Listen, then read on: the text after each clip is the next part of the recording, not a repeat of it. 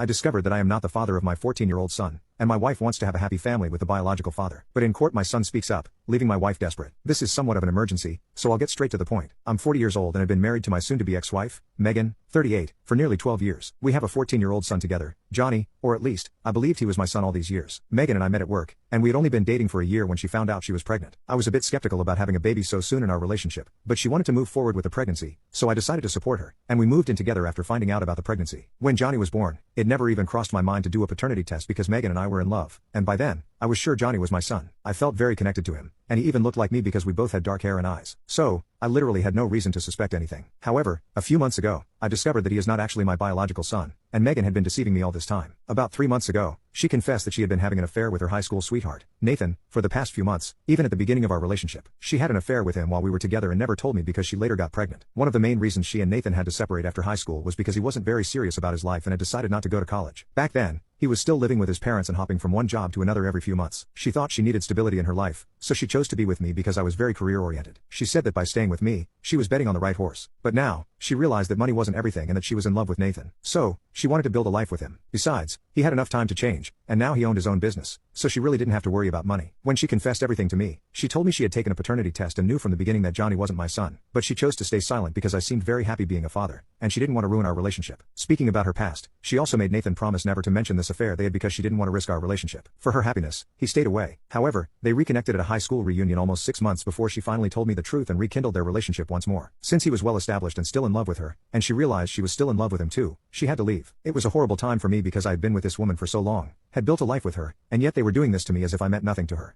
Anyway, after telling me the truth, she left the house with all her things, but Johnny continued to live with me because he didn't want to leave with her. She hadn't even consulted me before telling him the truth, and he already knew everything before I got home from work. So, we ended up agreeing on shared custody of Johnny because, regardless of his biological paternity, he was entirely my son. I had raised him, and no one could take that away from me, not Nathan, not even Megan. I spoke with my lawyer and filed for divorce hours after discovering the truth, and the terms of my divorce petition were pretty simple and fair. I would keep everything we had, and she should not expect any alimony, even though she had been a housewife for the past 14 years since she left her job after Johnny's birth. Despite all my support, she had been cheating on me and using me for money all the years we were together, and I wasn't going to let that continue any longer. Of course, she didn't agree to that and contested the divorce terms, demanding alimony and a large amount of compensation. I was ready to fight for that. I didn't care, but she made things worse by requesting full custody 3 weeks ago because, apparently, she and Nathan planned to move to another city to open a branch of his business there too and wanted to take Johnny with them. I would be given visitation rights, but she demanded full custody because now things conveniently worked out so that they could be a happy family with Nathan. Just because it was convenient for her, there was no way I was going to allow that to happen, and since we couldn't resolve it in mediation, this matter ended up going to family court. I was pretty confident this would be a piece of cake for me, but she and Nathan started lying blatantly about what kind of person I was. I had to work very hard to prove otherwise, which has complicated everything, despite Johnny himself saying that he would like to stay here with me since he has grown up here. They are doing everything they can to make it seem like Johnny is confused and that I'm the one manipulating him. They think I'm too much of a workaholic to be able to take care of him by myself and that it would be better for him to live with his mother. There's also the fact that I'm not actually his biological father, which makes everything take twice as long to resolve. Since the divorce proceedings started and Megan moved out, we came to an informal agreement on how we would share time with Johnny. Until now, we had an arrangement where he would spend the first 4 days of the week with Nathan and Megan and come to me on the weekends. I thought this would be the arrangement we would stick to even after the divorce, but they complicated things much more than necessary by deciding to move to another city and requesting full custody out of nowhere. So, we've been stuck in a custody battle for the past few weeks. Now comment update to tag you on part 2. So, we've been stuck in a custody battle for the past few weeks. While they were arguing about this, the volume was probably the last thing on their minds. Unfortunately, they forgot to consider the fact that Johnny was with them at the time and hadn't yet returned to me. So, they were quite loud, and he was standing right outside the door and heard everything. After Johnny exposed Megan and Nathan, no one knew what to do, and the meeting had to be adjourned because our lawyers got a bit noisy, and we ended up having to leave early. I was pretty happy because, after Johnny spoke, I turned to look at Megan, and she literally had her head in her hands, pulling her hair so hard that I thought she might rip it out. This simply meant that everything was true, and she was in trouble. I was pleased with how the situation turned out, and instead of going home with Megan, Johnny decided to come with me, and we went home together. But Megan was furious. She stopped us just as we were about to get into our car, grabbed Johnny by the arm, and began shaking him, demanding an explanation as to why he had done such a thing in court and ruined her chances of living with her and Nathan. When I saw her shaking him, I lost my patience. I stepped in between them and pushed her back so she couldn't touch him. Fortunately, my lawyer caught all of this on camera, and will definitely use it in our next session. I told her to step aside and that it was her own fault for being such a despicable person. I was glad Johnny had taken my side because he wasn't a spineless, spoiled, and greedy monster like her. I was already quite angry about how she was treating Johnny, especially after what I discovered in court. I wasn't in the mood to allow this to continue. Nathan came to her rescue and started yelling at both of us about everything she had done for our family, and now we couldn't even give her a real chance to be happy with him. I had no interest in talking to that guy, so I rolled my eyes and started getting into the car, but then Megan kept holding onto Johnny's arm and said she wasn't going to let him go home with me because I was brainwashing him against his own mother. She told me that until now, she had only been fighting for full custody to take Johnny with her and Nathan when they moved, but now she would make sure I didn't even get visitation rights. Those were bold words from someone who had just been exposed as a liar and had planned to lie in court to get her dirty hands on money she didn't deserve. I told her to let go of Johnny, or I would call the police, and she said she was his mother and had the right to dictate where he went. Even Johnny kept trying to break free, but she held him so tightly and kept insisting she wouldn't let him go home with me. At one point, things got a little heated. Johnny is pretty strong and sturdy, even though he's only 14. Megan, on the other hand, is small and not very strong. So Johnny did the only thing he could. He pushed her hard to free himself, got into the car, and shut the door. After she was pushed, she started screaming at the top of her lungs that I was encouraging her son to attack her and that she wasn't going to allow this to happen. I thought it was unfair to say that because he hadn't attacked her, he had simply tried to free himself. In the process, she might have been pushed a little and could have fallen, but Nathan was there to catch her, so nothing serious happened, right? Well, apparently not, because she and Nathan kept standing in front of our car, saying they would make sure I lost custody of him if I was encouraging him to be violent towards others just because things weren't going my way. So, I was definitely unfit to be a parent. It wasn't until I honked the horn for so long that it finally ran out of sound that they finally stepped aside and let us go home. It's been a few days since then, and I'm still wondering if it was the right thing not to scold Johnny for pushing his mother. He seems completely oblivious to it all, but I'm in a dilemma now because that day, he definitely pushed Megan with a lot of force, and he's very strong. I don't want him to repeat this kind of behavior with anyone else, but under those circumstances, I feel he was justified in doing what he did. Anyway, I'm confused about whether Megan was right or not because she has had issues with violence in the past. So, was I wrong for not reprimanding my son for pushing his mother? Update. You asked why I mentioned that Johnny has had problems with violence in the past. This is because a few months ago, he was dealing with bullying at school. He hadn't told us about it, but one day I received a phone call from the principal's office saying that Johnny had gotten into a fight and had been injured. The boy he punched in the face was hurt even more. Apparently, this boy had been bothering Johnny for several weeks. Johnny initially ignored him, but then the bully crossed the line by insulting our family. Johnny didn't like that. He told the boy to stop a couple of times, but when he didn't and even tried to vandalize Johnny's locker with insults, Johnny simply snapped and hit him. So, there was a fight in the hallway. Obviously, I told Johnny that violence is never the answer because I don't want him getting into fights or getting into trouble, but in a way, I felt proud of him for standing up for himself. I guess Johnny has never been violent unless the situation called for it, and I think that's a good thing. Even in this situation with his mother, he was only trying to free himself. He wasn't trying to hurt anyone. Megan misinterpreted the situation and is trying to use that against us, but I'm not going to doubt myself. It's been a week since the incident, and tomorrow we have to meet again. First, we're going to meet with our lawyers to finalize the divorce, and then we'll meet in court for Johnny's custody. After the revelation during our session, I highly doubt they have any chance. Tomorrow could be the day we finally close this chapter and figure out what to do next. Anyway, my lawyer and I have gathered all the evidence we could to prove that I'm a good father, and we're looking forward to winning this. More importantly, Johnny's words will be the most significant. He has made it very clear that he doesn't want to live with his mom. It's not just because he doesn't want to move. It's because she's a terrible person,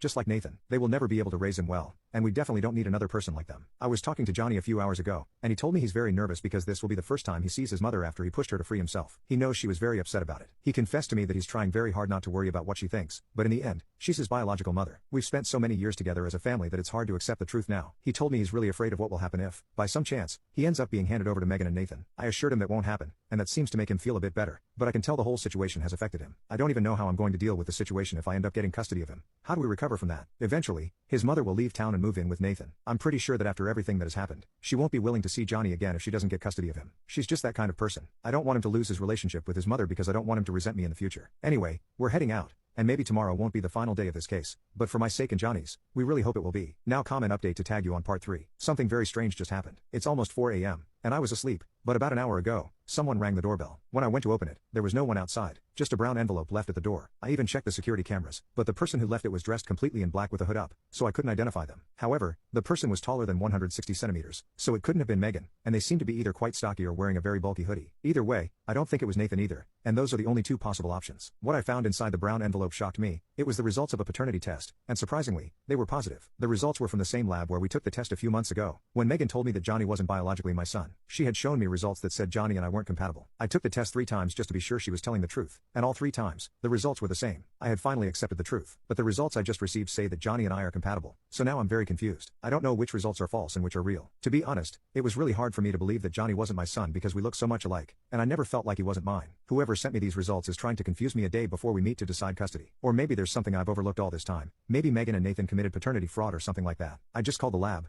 but obviously, they didn't answer because they probably aren't even open yet. However, the first thing I'll do tomorrow is go verify this in person because this is really confusing, and I have no idea what to do right now, but I've already talked to my lawyer about it, and we're going to come up with something tomorrow. First, we need to make sure these results are real, so I'll take the test again, but this time, I won't tell Megan about it. I don't know why, but I have a persistent feeling that I'll definitely get answers tomorrow if I confront Megan with these results. Update: today was a very long day. First, I went to the lab with Johnny and my lawyer to ask about the results I received last night. Before I could ask anyone about it, this guy who seemed to be in charge pulled us aside and told us that he was the one who delivered the envelope to me last night but hadn't expected me to come. He explained that the first time we took the test, Megan and Nathan had already talked to him after investigating and discovering which lab the court used. They made a deal with him to change the results and show them as negative so that she could claim that Johnny wasn't my son and try to take him away from me. Apparently, she assumed that once I found out Johnny wasn't my biological son, I would give up being his father and leave them alone. However, when that didn't happen after I saw the test results for the first time and came back for 2 more tests, she told this guy to help her by falsifying the results 2 more times. All of this was done behind our backs, and she promised him that she would eventually make him a partner in the business once she got the money from our settlement. He had been waiting for that, which is why he helped her by falsifying the paternity test results 2 more times. I was stunned when I found out about this because I never thought she would be capable of doing something like that. Anyway, he recently changed his mind because he had been in contact with Megan all this time and had heard what happened in family court the last time we met, as she had to tell him that things were taking longer than she expected and they wouldn't be able to start their business for another couple of months, so he would have to wait. He decided that he couldn't keep helping her because it was clearly very immoral and unethical, so he decided to hand me that document last night. He apologized for all the trouble he caused and practically begged me not to involve him in any of this because he really wanted to remain anonymous. I was upset because this guy, who didn't even know me, had wronged me a few months ago just for money, and I really wanted to report him. But that would only mean more problems for me, and I didn't have the energy for that. Maybe if he repeats this kind of behavior, someone else will do it, but until then, I'm out. Additionally, I already had the documents I needed to prove my paternity, so I didn't care what happened to him. If it came to that and I had to prove something in court, I would definitely use it as evidence and report him. However, for now, I had another plan in mind. Afterward, I went to court, but before we sat down for our scheduled meeting to reach a divorce settlement, I pulled Megan aside. She was quite surprised by this move. I told her that I had received this document last night and that it contained the real results of the paternity test. She immediately understood that I knew about the fraud she had committed. At first, she tried to act innocent, but I told her that paternity fraud is a serious matter and that I would give her a chance to get out of this without further problems if she agreed to my terms in the petition this time and also gave up her parental rights over Johnny. She agreed to the first part but didn't like the second part and tried to negotiate with me, saying that she was his mother and couldn't just let him go. However, I didn't believe any of that and told her that no mother in the world would do something like that to her own child. So now, she could either do what I asked or face serious consequences. After arguing with me for nearly 10 minutes, she finally agreed, and I felt like I had won. After that, I finally managed to reach an agreement, and my lawyer and I were thrilled because she had accepted the terms of the petition. After that, we just had to wait for our final confrontation in family court, and there, things went exactly as planned. She wasn't happy about it, but she agreed to terminate her parental rights over Johnny and walk away. This took everyone by surprise, as she had been fighting tooth and nail for his custody for the past few weeks and suddenly gave up. So that seemed a bit strange, but I didn't care. I had won. Johnny, my lawyer, and I finally parted ways and went to our respective homes a couple of hours ago. In a few days, my lawyer will have drafted the documents, and she will have finally given up her rights. Then it will just be my son and me against the world, although I think it has been that way for the past few months. But I simply can't wait for all of this to officially end so I can finally try to move on with my life because everything has been so intense. However, for now, Johnny is extremely happy with the situation,